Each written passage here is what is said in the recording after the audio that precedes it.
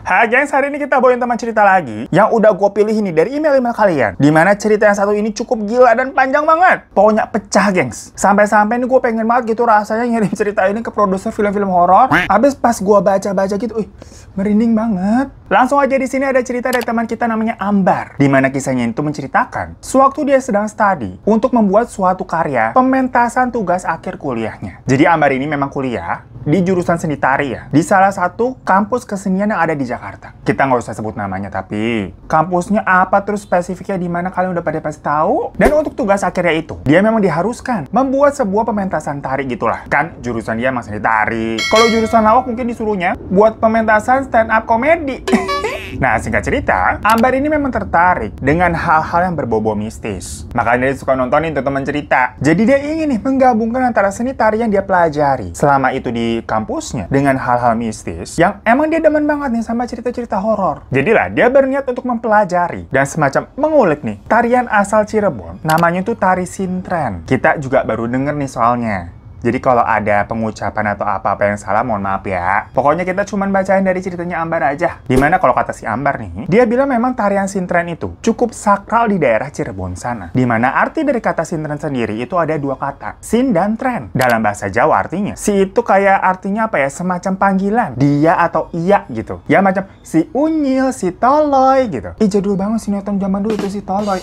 Dan kata kedua itu tadi kan tren, yang berarti putri atau wanita. Jadi kalau sintren itu bisa diartikan berarti si putri. Si putri begitu. Yang mana memang orang yang melakukan tarian sintren ini spesifik banget ya gengs. Yaitu adalah wanita perempuan yang masih perawan dan dalam keadaan suci alias lagi nggak datang bulan juga. Pokoknya banyak hal-hal atau ritual-ritual di balik tarian sintren. Karena sang penarinya nanti tuh dipercaya bisa dirasuki semacam roh bidadari atau leluhur dari daerah sana yang akan menari dengan anggun dan menghipnotis para orang-orang yang lagi nonton. Pokoknya Ambar mikirnya nih, kalau dia membawakan tarian ini di pentas buat tugas akhirnya tuh, dapat nilai bagus pasti. Ya udah tuh, akhirnya dia berencana pergi ke Cirebon bareng dua sahabatnya. Pokoknya sahabat seperjuangan lah, ada namanya Mita sama Vera. Jadi si Mita sama Vera ini lagi sama-sama nyusun tugas akhir juga. Cuma sih mereka tidak terlalu tertarik dengan tarian sintren ya. Mereka emang dipaksa nemenin si Ambar aja. Sekalian jalan-jalan ke Cirebon lah. Dimana di Cirebon sendiri, itu kan juga banyak tarian khas lainnya ya, yang bisa mereka berdua kulik juga. Ada banyak katanya. Ada tari topeng kelana, ada topeng apalah gitu, macam-macam lah pokoknya di sana lah. Kita pas diceritain juga kurang paham ya. Habis taunya cuman tarian TikTok Pargoy doang. Nah, selain dua sahabatnya itu, TTM-nya Ambar ini juga ikut. Namanya Tony. Buat jagain lah, ini kan cewek-cewek semua biar ada cowoknya. Tapi Tony memang ini jatuhnya bukan anak kampusnya Ambar ya. Beda kampus tuh, namanya juga TTM-an. Ketemu di mana. Nah, sebelum pergi, tentunya si Ambar ini udah nyari-nyari tahu dulu dong mengenai ini daerah-daerah mana di Cirebon yang masih kental dalam menyuguhkan dan melestarikan pertunjukan tarian sintren. Dan dia dapat nih sebuah desa yang memang letaknya agak jauh dari pusat kota. Tapi katanya di sana masih asli banget tuh. Penduduknya masih suka menyuguhkan tarian sintren yang benar-benar udah menjadi budaya dan kental banget nilai kesakralannya. Ya mereka pun memutuskan untuk pergi ke desa itu. By the way, ini kejadian di tahun 2009 ya. Bisa dibilang tahun segitu ya udah cukup modern eranya. Nggak lama-lama banget gitu. Dan di sini ada sebuah desa yang masih melestarikan tarian tradisional. Itu kan benar-benar sesuatu yang luar biasa ya. Nah, waktu mereka udah sampai di Cirebon, si Ambar ini kan sebelumnya memang hanya berbekal searching-searching dulu aja. Belum pernah ke daerahnya maksudnya, ke desa yang mau dituju itu. Jadi dia juga nggak ada kenalan orang dalam desa itu ataupun koneksi yang bisa menghubungkan si Ambar dengan warga desanya. Dikiranya Ambar juga dari pusat kota Cirebon tuh yang banyak penginapan ke desa itu nggak bakal jauh-jauh banget lah. Ya bangsa 2 jam aja nih menurut Ambar nggak jauh.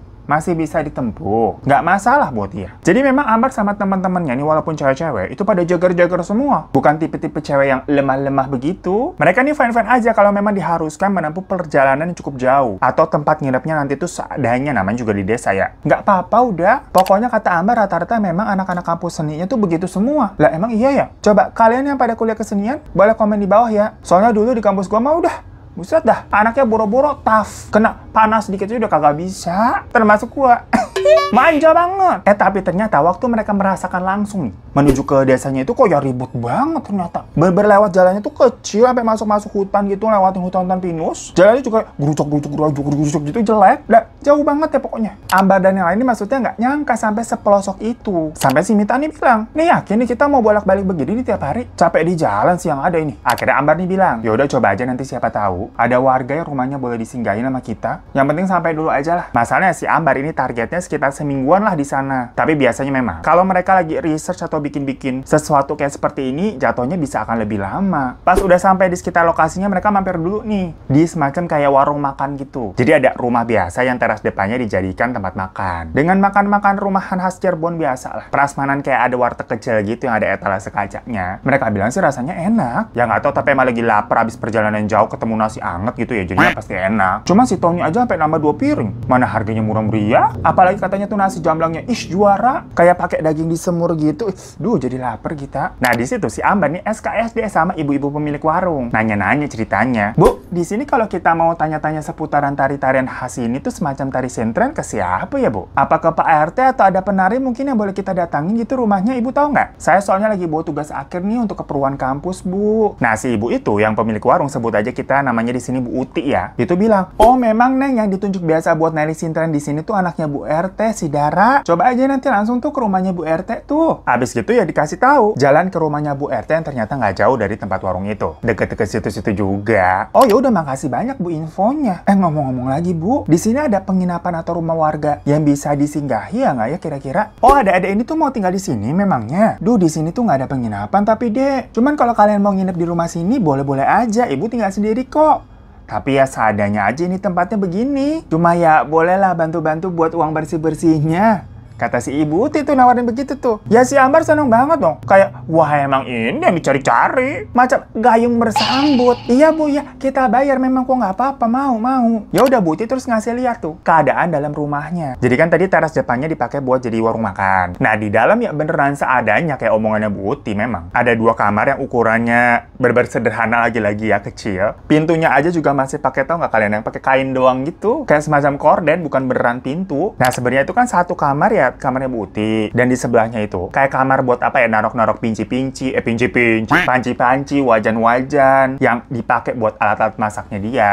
Semacam gudang tapi nggak gudang lah, cuman kamar nggak kepake. Nah di belakang itu ada dapur tuh, masih pakai tungku juga dapurnya, dan kamar mandinya tuh di luar terpisah. Tapi ini di luar nggak jauh gitu ya maksudnya ya. Ya emang kamar mandi rumah itu juga, cuman kayak di sini rumahnya, terus kayak buka pintu dari dapur ke belakang ada sumur terus kamar mandi gitu. Jadi nggak satu atap sama rumahnya. Nah Bu Uti bilang kalau Ambar dan yang lain mau, nanti kamar-kamarnya ini tuh diberesin. Dan Bu Uti bakalan tidur di rumah adeknya deket situ juga. Biar 2 kamar itu ditempati sama mereka. Kan emang disewain nih. Tapi Bu Uti bilang kalau Tony itu nggak boleh tinggal di serumah ya. Biar nanti Tony ini ikut Bu Uti. Di rumah adeknya itu ada kamar kosong juga kebetulan di sana. Jadi pisah sama cewek-cewek. Oh ya udah mantap, begitu mereka deal. Cocok lah. Lagi-lagi seperti yang udah dijelasin tadi di awal. Kalau ini tuh kumpulan cewek-cewek Jagger yang nggak keberatan tinggal di rumah desa seperti itu. Fine-fine aja, nggak ngeluh sama sekali. Setelah senang nih, aman nih berarti mereka. Dapat tempat tinggal yang jadinya nggak mesti bolak-balik begitu ya. Kalau mereka tinggalnya di pusat kota gitu, di penginapan kan repot. Mereka pergi deh tuh. Abis makan ke rumahnya si Bu RT tadi tuh yang dikasih tahu. Rumahnya tuh kayak gebyok gitu dari luar, yang kelihatan beda sendiri lah pokoknya. Bukan rumah bagus, tapi unik yang pasti nih kalau orang pertama kali lihat, itu langsung tahu ini rumah seseorang nih dari bentukannya nih. Bukan orang biasa di desa ini. Ya udah di situ depannya tuh ada kayak pagar bambu, kayak assalamualaikum gitu. Si Ambar nih ngelihat ada ibu-ibu kayak lagi ngayak beras gitu di tampan. Permisi Bu, kita mencari Bu RT. Si Ambar nanya gitu nih, ya nggak tahu aja ternyata si ibu-ibu yang ditanya itu lagi ngayak nasi ya, si Ibu RT emang. Oh iya saya sendiri nak, ada apa ya? Ya udah Ambar ngejelasin tuh maksud dan tujuannya dia ke situ. Dan Bu RT ini katanya sangat welcome banget karena menurut dia masih ada anak muda yang tertarik dengan seni kebudayaan tari tradisional yang bisa dibilang udah mulai hilang ya, udah mulai jarang. Mereka dipersilakan masuk tuh untuk ngobrol-ngobrol di dalam rumah sambil Bu RT ini sekali manggil-manggil kayak anak perempuan gitu, "Ndo, sini Ndo," gitu. Gak lama nih ada perempuan cantik datang. Set. Kelihatannya masih muda, masih kecil, kira-kira SMP kelas 3 lah. Kulitnya putih bersih banget. Bener-bener cantik deh. Sampai si Ambar ini katanya pas ngeliat aja, itu kayak, ih ini anak cantik banget nih, kalau ke Jakarta mah jadi artis begitu katanya. Dan ternyata itu adalah Dara, anak angkatnya Bu RT. Soalnya emang Bu RT-nya sendiri yang bilang, "Iki lo nih anak angkat saya Dara," katanya gitu. Dia yang ditunjuk jadi Nyi Putri di sini. Jadi Nyi Putri itu memang sebutan untuk menari utama lah. Pokoknya entah kenapa tuh Ambar, Mita, Vera, sama Tony pas ngeliat Dara terus dibilangin kalau dia yang ditunjuk jadi Nyi Putri, semuanya sepakat kayak, oh iya pantesan, cocok, udah emang iya saya setuju juga. Soalnya cantik banget, masih kecil aja udah cantik di bibit-bibitnya, apalagi ntar gede. Dara di situ kayak cuman senyum ngangguk-ngangguk malu gitu, gengs. Matanya juga terus tertunduk ke bawah gitu, malu ketemu orang baru. Padahal kan dia cantik banget ya, harusnya mah pede-pede aja begitu. Iya, kenapa kak? Begitu. Bener-bener pokoknya kelihatannya nih, Dara anak yang lugu. Dan baik banget gitu air mukanya. Yaudah akhirnya Ambar nanya-nanya lagi seputar tari tradisional tari sintren di desa itu. Bu RT nih bilang, kalau ritual tari sintren yang akan mereka lakukan itu baru akan diadakan minggu depan nih, nunggu bulan purnama. Oh gitu, Mbak RT masih lama ya Bu hitungannya ya Bu? Ya cuman apa boleh dikata, emangnya mereka bisa nge-push gitu masyarakat desa buat udah nari sekarang aja. Yo, siapalah mereka. Jadi mau nggak mau, yang ngikutin jadwal yang memang sudah ditetapkan. Yang dari rencananya seminggu berarti harus akan nambah lagi kan, sampai nunggu tuh katanya bulan purnama nongol. Nah alhasil sambil nunggu berarti hari H acara, mereka minta izin untuk ikut latihan. Yang ternyata di desa itu ada semacam sanggar. Isinya para warga yang pada nari sama orang-orang juga yang pada main gamelan. Ambar dan teman-teman lainnya itu jadi pada banyak kenalan sama penduduk sana tuh jadinya. Diajarin narinya nggak cuma tarian sintren doang, tapi tarian-tarian lain khas daerah situ juga. Pokoknya semua berjalan mulus dan menyenangkan. Daran yang awalnya kayak malu-malu nunduk-nunduk terus waktu pertama kali mereka ketemu, udah mulai cair dan mulai ngobrol juga nih sama mereka. Suaranya tuh lembut banget. Kalau kalian dengerin kayak suara gue begitu kali ya. Jadi ngerusak, imajinasinya buyar gitu ya. Si Ambar aja yang cewek, itu aja langsung jatuh hati. Bener-bener kayak pengen jagain Dara nih. Berasa adik sendiri jadinya. Yang kayak, ini si Dara nih kayak berlian gitu. Jangan sampai kegores nih berlian rasanya. Kayak cewek-cewek yang minta dan harus dilindungi. Nah Dara cerita tuh, katanya dulu ibunya itu ya penari juga dan jadi Nyi Putri juga. Karena dinombatkan menjadi Nyi Putri, alhasil ibunya itu pasti dilarang untuk berhubungan dengan laki-laki manapun. Sampai usianya sekitar 20 tahunan lah. Karena tadi, untuk menjadi Nyi Putri itu harus wanita yang perawan ya. Tapi ternyata sang ibu ini diam-diam berhubungan dengan laki-laki lain di desa itu, gengs. Dan hamillah si Dara ini. Nah, karena si ibunya ini waktu hamil juga diem-diem, yang harusnya kan sebelumnya kalau dia mau berbuat seperti itu, menurunkan jabatannya dulu lah ke Nyi Putri lainnya, ke wanita desa siapa kek. Nah, karena hal tersebut melanggar ya jatuhnya. Desanya itu katanya sempat terkena musibah, yaitu kemarau berkepanjangan. Dan semua warga itu nyalahin ibunya Dara ini sampai diusir dari desa, sementara Dara ditinggalin dan akhirnya diasuh sama Bu RT. Nah, semenjak itu ya desa mengalami masalah-masalah sulit. Sebenarnya warga ini udah mencoba untuk melakukan berbagai ritual buat intinya menurunkan hujan, termasuk mengangkat Nyi Ratu lain dari salah satu penduduk yang ada di situ, tapi tetap aja hujan nggak turun-turun. Sampai tahu-tahu si Bu RT ini yang mencoba menari sintren dan hujan turun, gengs. Tapi ini Bu RT bukan Mbak Rara ya. Yang ternyata Bu RT itu, walaupun waktu itu ya belum ubanan semua ya, tapi udah tua juga jatuhnya, udah ibu-ibu, masih perawan. Karena berhasil tuh menurunkan hujan waktu dia menari sintren, berarti dipilih menjadi Nyi Ratu. Makanya dia memang tidak punya anak dan tidak punya pasangan. Dan akhirnya mengangkat Dara jadi anaknya. Tetapi karena udah semakin tua, gak sekuat dulu lagi ya. Ya kita aja umur segini udah jompo, diturunkanlah itu jabatan Nyi Ratu ke Dara yang ternyata cocok juga. Jadi ternyata memang, sepertinya tuh roh penariknya yang katanya itu bidadari atau leluhur dari daerah itu suka emang masih Dara. Nah semenjak itu ya udah Dara lah yang jadi Nyi Ratu di setiap pertunjukan tari di desa itu. Dengerin cerita begitu ya, Dara yang katanya ngomongnya halus banget. Dan nadanya juga pelan gitu, nggak kayak kita. Baru-baru membuat semuanya kayak diam gitu, tertegun. Kayak ngedengerin dongeng dari bidadari. Mungkin ibaratnya kalau kita dengerin kayak Natasha Wilona ngomong gitu, kita aja begitu ya. Mau itu lagi ngomongin cerita rumah Dara, berasanya kayak lagi ngedongengin Cinderella begitu. Indah. Ya udah beberapa hari, mereka akhirnya kan tinggal di desa tersebut. Mempelajari tarian-tarian khasana dari para warganya langsung. Semuanya nggak ada yang aneh kok, gengs. Nggak ada penampakan atau hantu-hantuan nih. Cuma, apa ya, yang namanya Vera, itu bisa dibilang yang paling lempeng di antara teman-temannya si Ambar sama Mita. Istilahnya cewek baik-baik yang masih ingat dan rajin akan ibadah. Kalau si Ambar sama Mita ya maaf-maaf kata. Kalau Mita memang agamanya Kristen. Dan kalau Ambar ini Islamnya KTP doang. Nah, Vera ini lumayan bingung. Karena di desanya itu, kok tumben-tumbennya nggak ada tempat ibadah sama sekali nih dicari-cari. Minimal musola atau masjid kecil lah. Biasanya kan di desa ada. Mau nanya ke orang-orang nih, si Vera mungkin tipikal yang agak takut-takutan. Ya takut nggak sopan nanya, takut ngomong gitulah. Nggak kayak Ambar yang emang ekstrovert. Skill komunikasi berani gitu buat ngomong sama ini gitu. Makanya kan dia tahu-tahu dapat tempat tinggal gara-gara berani ngomong sama Buti. Nah, saking suka mendem semuanya sendiri, si Vera nih baru ngomong ke Ambar setelah 3 hari mereka di situ. Dek, tanyain dong ke Buti, punya mukena nggak? Aku lupa bawa ya soalnya. Aku udah selesai dapet nih ternyata mau sholat. Jadi memang ternyata panggilannya si Ambar di teman-temannya itu Embe. Soalnya katanya Ambar jarang mandi kayak kambing. Ya namanya juga udah sahabat ya, kadang-kadang emang punya panggilan yang unik-unik. Kalau kalian punya nggak panggilan yang unik-unik, komen di bawah ya. Ya udah, sama Ambar ditanyain dong ke Buti. Ya waktu itu lagi sibuk nih, ngurusin orang-orang yang pada datang di warung makannya. Lagi lumayan rame makan siang. Bu, maaf, punya mukena nggak ya? Atau mungkin ada warga sini yang bisa dipinjemin? Itu Vera mau sholat katanya. Sama ini arah kiblatnya berarti kemana ya? Bu Uti ini lagi nyerok nasi, kayak lagi nyiapin makanan, kayak langsung diem gitu. Terus orang-orang lain tuh yang lagi pada duduk, lagi pada makan juga pada langsung ngeliatin si Ambar. Itu kayak aneh banget nih Ambar nih. Itu di situ kayak Ambar dia ngerasa kayak, kenapa nih aneh banget? Orang-orang lagi makan, lagi gitu langsung pada ngeliatin. Perkara si Ambar cuma nanyain mukena, Bu Uti langsung bilang kayak, di dalam, ke dalam, katanya gitu. Ambar dia masih cukup kebingungan, kayak, maksudnya apa ya? Udahlah ke dalam lah, mukenanya di dalam kali. Ambar balik masuk tuh, terus kayak nyari-nyari gitu di sekitaran lemarinya Bu Uti, kayak maksudnya bukannya di sini apa gimana? Nggak lama Bu Uti ini masuk, bilang kayak, nah, ibu nggak punya mukena. Di sini orang-orangnya ibadahnya beda. Si Bu Uti ngomongnya tuh agak rada panik nih nadanya nih. Oh maaf Bu, kami nggak tahu. Nggak apa-apa Bu, nanti saya bilangin ke Vera ya. Bu Uti cuman kayak ngangguk terus keluar lagi dia ke depan. Si Ambar di situ ngerasanya kayak semacam gak enak, tapi lebih kayak nggak enak nggak sopan gitu. Nanyainnya nggak sopan kali tadi gua ya. Masalah agama kan lumayan sensitif mungkin. Semisal maaf kata nih, nanyain kayak punya mukena nggak, tapi orang itu ternyata agamanya beda. Kan jadinya kayak sungkan gitu kan, nggak relate. Ambar akhirnya bilang ke Vera, nggak ada mukena di sini Ver. Ya si Vera juga jadi bingung ya, aduh gimana nih aku sholatnya. Masalahnya si Vera ini juga nggak berhijab. Dia nggak bawa kain atau misalkan baju gamis lengan panjang yang bisa dipakai buat sholat begitu.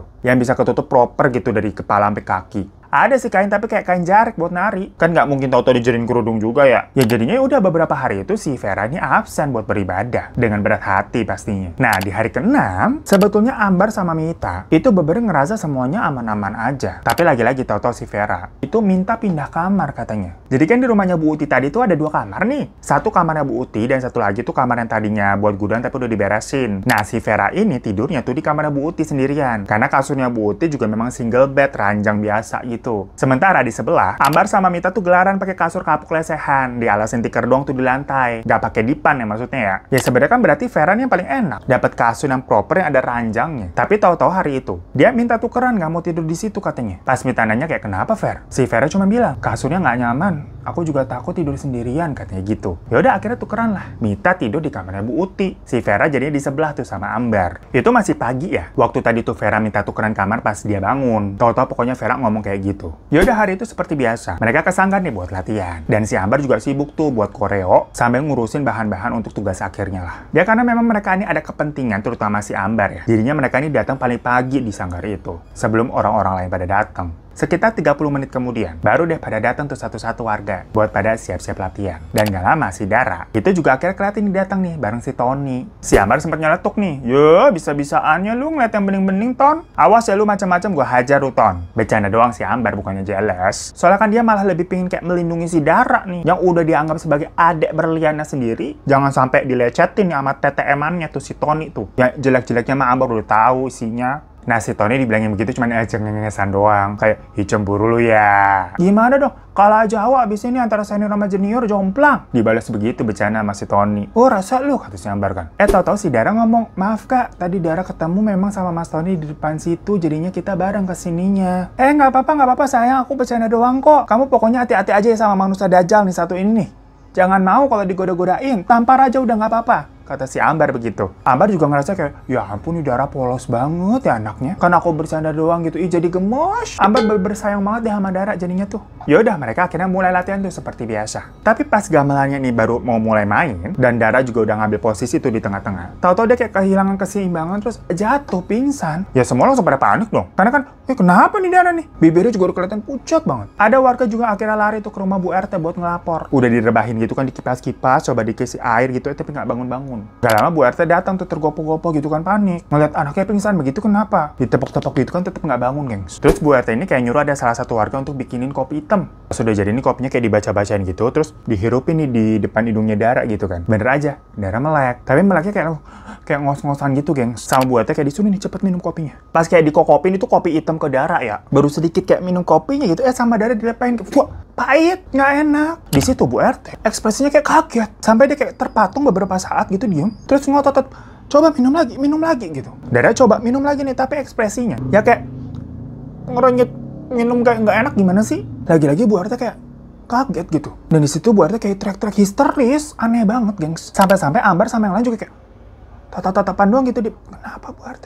kenapa gitu. Dari situ si Dara ini dibopong sama orang-orang buat pulang tuh ke rumah, dan Bu RT juga mukanya nih masih panik nih. Ambar, Mita sama Vera kayak langsung ngumpul kan, itu kenapa tadi Bu RT? Ton, kamu ke rumah Bu RT gih, pantau tuh kondisinya Dara di sana gimana, kali-kali nanti juga kamu dimintain tolong gitu biar bisa langsung cepet. Pokoknya si Ambar nyuruh si Tony nih, yang laki-laki di situ sendiri kan biar tenaganya dipakai lah. Yaudah, Tony pergi tuh. Dan si Ambar sama yang lain itu masih tetap disanggar beberapa saat karena masih nyusun tuh, masih lanjut kerjaannya. Sampai malamnya pas semua udah pada tidur, tahu-tahu nih malam-malam si Ambar kebangun. Dia aus gitu kan tenggorokannya. Tapi pas dia melek, dia ngeliat Vera nggak ada nih di samping nih. Kan Vera udah tidur sama dia ya. Si Ambar kayak sempat bilang kayak, Fer gitu. Suaranya masih kayak serek-serek nih. Akhirnya udah Ambar keluar tuh sekalian ke dapur ngambil minum. Pas lewat mau ke dapur, Ambar sempet kayak ngelengok dikit tuh ke kamarnya Bu Uti. Ngeliat si Vera pindah ke situ nggak sama si Mita. Ternyata cuma Mita doang sendiri yang lagi tidur. Oh, nggak ada di situ si Vera. Ya udah Ambar ke dapur tuh ngambil minum kan dari teko. Pas lagi minum, si Ambar denger kayak ada suara tapak kaki orang jalan gitu di luar. Dikira itu Vera kan. Tapi Ambar nggak ngeliat tuh jam berapa nggak tahu. Soalnya di rumah itu nggak ada jam dinding juga ya. Pokoknya dia tahu udah malam aja, soalnya mereka nih pada mulai tidur baru jam 10 malam. Nah, waktu Ambar buka pintu belakang tuh di dapur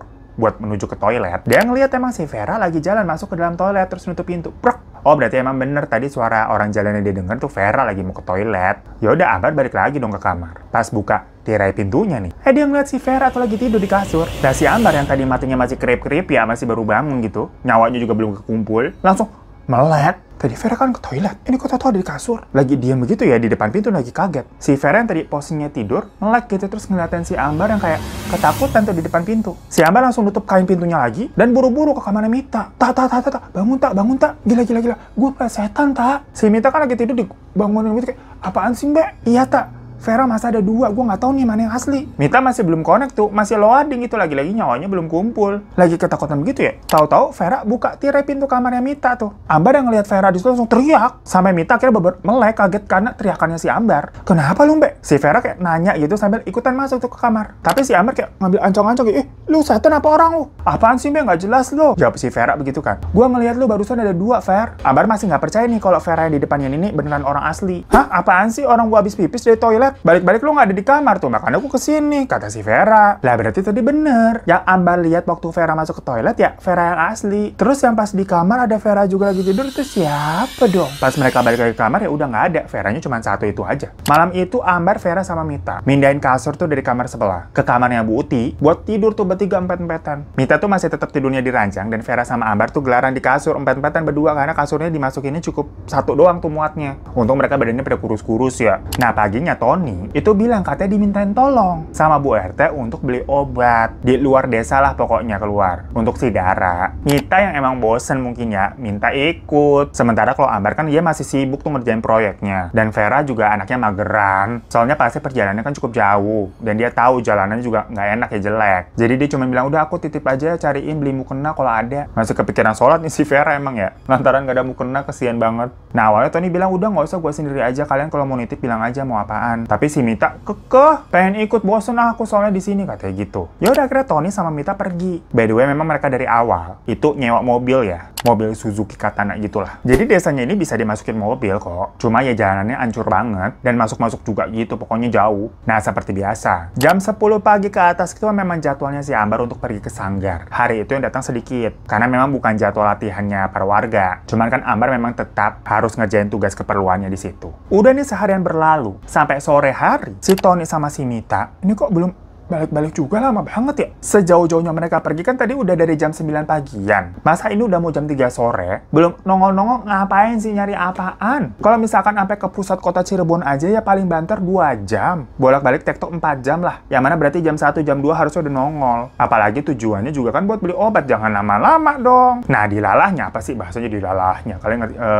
Kebetulannya mau nelfon si Tony sama Mita nih, sinyal di desa itu tuh jelek banget. Emang dari awal mereka datang tuh SOS. Ini waktu itu lagi zaman-zamannya BlackBerry katanya, gengs. Udah ngechat Tony ini udah pang ping, tapi tetap nggak delivered. Itu kalau HP-nya Ambar ya. Kalau HP-nya Vera beda lagi nih. Kuotanya habis, pulsanya juga habis, dia pokoknya lupa top up deh. Sedangkan di desa itu nggak ada yang jualan pulsa. Lah bisa boro-boro pada pakai BlackBerry ya? Enggak lah. Handphone lainnya aja juga susah, pada nggak pakai. Intinya komunikasinya sangat terbatas, yang membuat Ambar nih jadi nggak nggak ngerti harus gimana, ngubungin kemana. Akhirnya Ambar sama Vera itu pergi ke rumahnya Bu RT untuk sekalian jengukin si Dara. Dan Dara kelihatannya sehat-sehat aja kok. Cuman emang agak lemes dan badannya pas dipegang tuh anget. Bu RT sempat nanya tuh, ini Mas Tony belum sampai-sampai juga? Ambar bilang, belum Bu, maaf. Ini saya juga mau menghubungi susah, kita nggak dapet sinyal di sini. Sampai jam 7 malam, gengs. Tony sama Mita belum balik juga. Wah, udah mulai khawatir dong si Ambar. Takutnya kan ada apa-apa ya di jalannya. Mana nggak ada kabar nih masalahnya. Dan nggak bisa dihubungin juga perkara susah sinyal. Habis selesai makan malam yang tiap hari mereka makannya tuh dari warung Bu Uti pokoknya. Ambar mau ngecek lagi tuh ke rumahnya Bu RT. Kali-kali Tony sama Mita udah balik kan ke sana tuh nganterin obat. Tapi ternyata tetap belum nongol juga, gengs. Pokoknya Ambar sama Vera itu nungguin tuh di rumahnya Bu RT sampai sekitar jam 9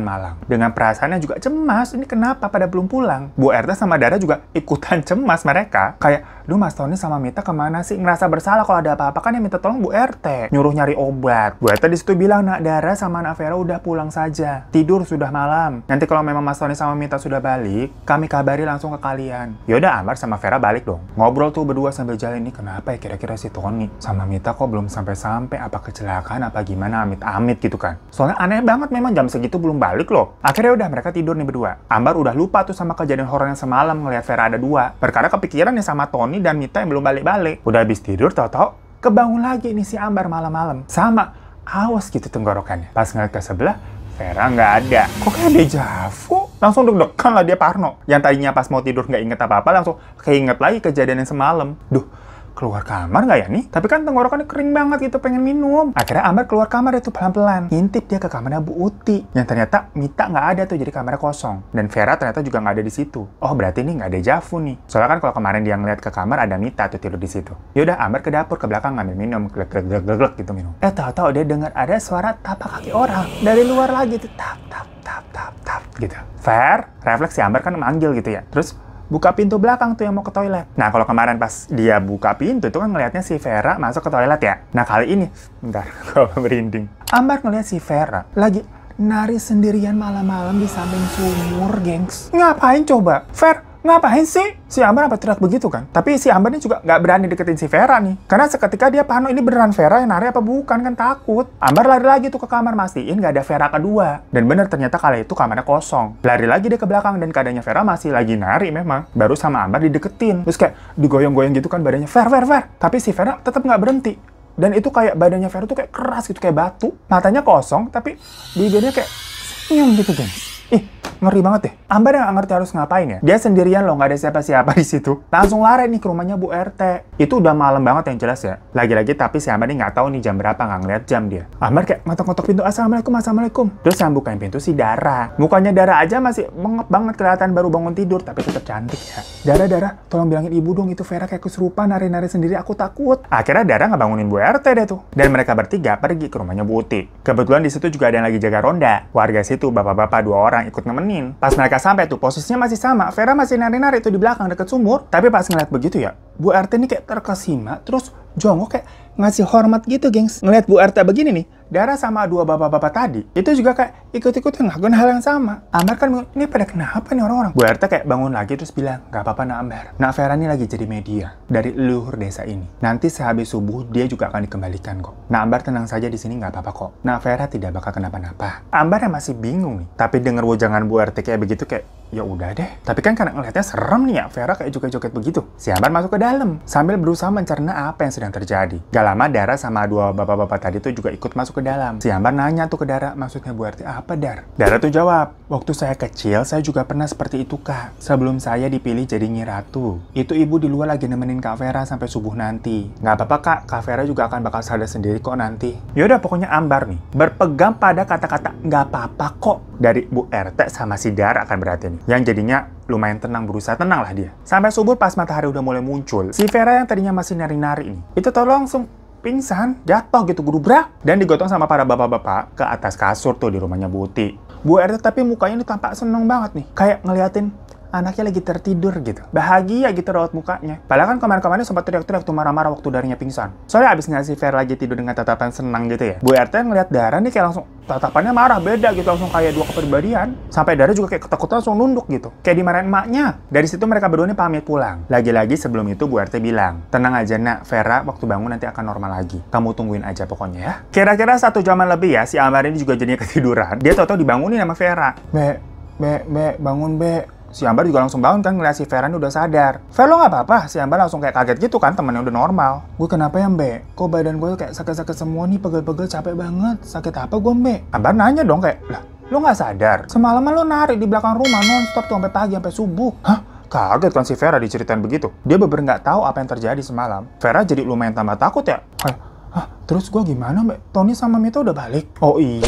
Si Amber juga sampai lupa tuh. Temennya Tony sama si Mita itu kan masih hilang, belum balik-balik. Yaudah hari ini gue coba cari info keluar ya. Sekalian nyari sinyal nih, susah nggak dapet di sini. Lo mau ikut gue sekalian isi pulsa apa mau istirahat aja di sini? Tapi Vera ngerasanya badannya ini capek banget dan kayak udah pegel-pegel parah. Dan berhubung itu juga udah terang ya, Vera jadi kayak aduh gue berani deh sendirian aja istirahat di sini. Karena dia merasa harus istirahat full day nih. Lemes banget, kayak kekuras abis tenaganya, gengs. Orang-orang di situ juga udah pada main musik, gengs. Udah rame pokoknya situasinya. Di tengahnya tuh ada kayak kurungan ayam gede yang ditutupin kain hijau dan dikelilingi orang-orang nih pakai seragam merah gitu dengan kacamata hitam. Dan pas kurungannya kayak dibuka, ada seorang penari lain pakai baju merah juga sama, pakai kacamata hitam yang ternyata itu